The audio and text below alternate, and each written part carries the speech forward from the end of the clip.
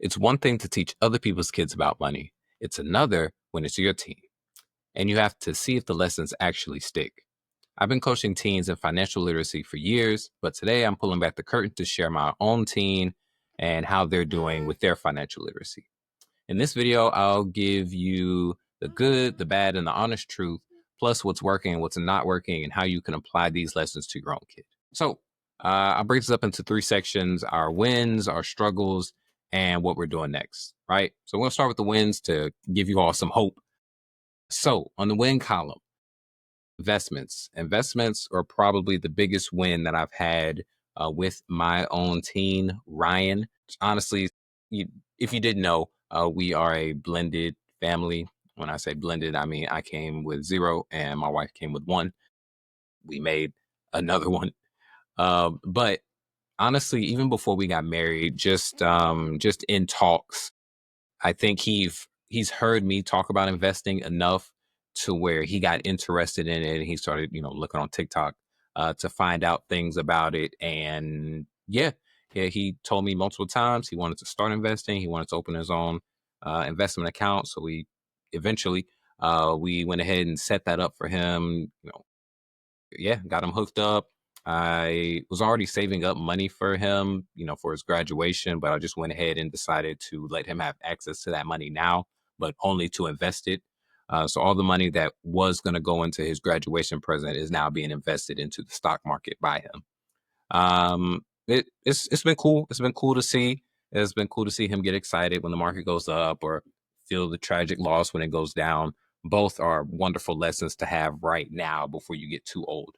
So yeah, biggest win right now is definitely his investing prowess. I hope that it flourishes, as he gets older. All right, number two, the struggles. Right, the biggest struggle that I'm having right now, probably like the most of you, is spending.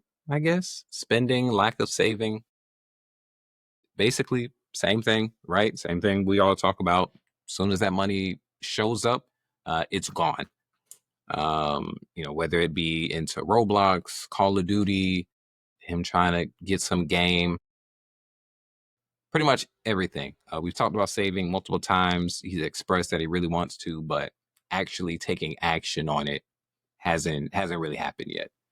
Um, just most recently when we talked about it, he was like, "Yep, nope, I want to do this. I want to save up $1,000. I want to, do this with the money. I want to save 50% of, everything that I'm receiving." I was like, "Okay, sounds good. I don't believe you're going to do it, and if I don't believe he's going to do it, I let him know I don't believe he's going to do it. I don't. I don't think me lying helps in that scenario." Um, what was I saying? Oh, but basically, what happened most recently, he took his money, and while I would prefer he saves, he's trying to come up with ways to make more money. So his most recent, we'll call it a harebrained scheme, is apparently he wants to be a reseller. So he's trying to take his birthday money and go. He said he's trying to find a vendor in China to purchase products from them, which then he'll go and resell to people here in America. I don't believe he's done the research that he needs to be able to actually do that, nor do I believe he has enough capital to pull that off. But that's something that I'm not going to tell him because there's not really much benefit to me stopping him from trying to do something he thinks he can do before he does it. Because, yeah, because it's very possible that I could be wrong. Yeah. So we will see. Maybe I'll give you an update later if that works out for him. Yeah. Something fun my daughter does is whenever she thinks I'm talking too much, she'll just start to make noise over me. Enjoy that. What else? All right. So just talked about the wins, talked about the struggle, and number three. So what we're doing next. So based off of what he said, he wants to try to resell or something like that. Hey, I'm gonna encourage it, right? Hey, if he knows how to go find vendors in China and receive some product for not a lot of money and figure out somebody to buy it here, more power to you. I will support that. And if he asks for my help, then I'll help him. I don't mind doing the research to figure stuff out, especially if I'm asked. But given his track record, he's probably not going to ask me, and we'll see if it actually works out. In addition to that, I'm going to be more intentional about my desire for him to have better saving habits.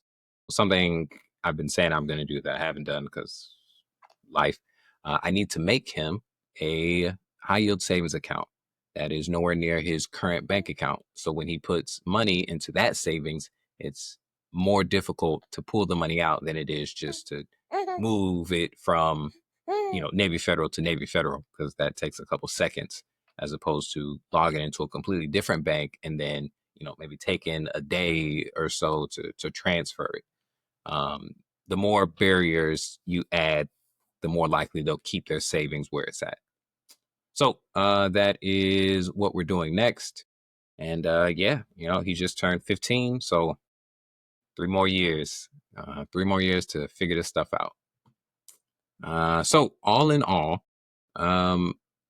if you want to see your team make steady progress, maybe better than Ryan, maybe equal to his, maybe not as fast, either way, Mammoth Money Academy is a group for parents to talk just like this about what's working for our kids, what's not working for our kids, and what we're going to try next.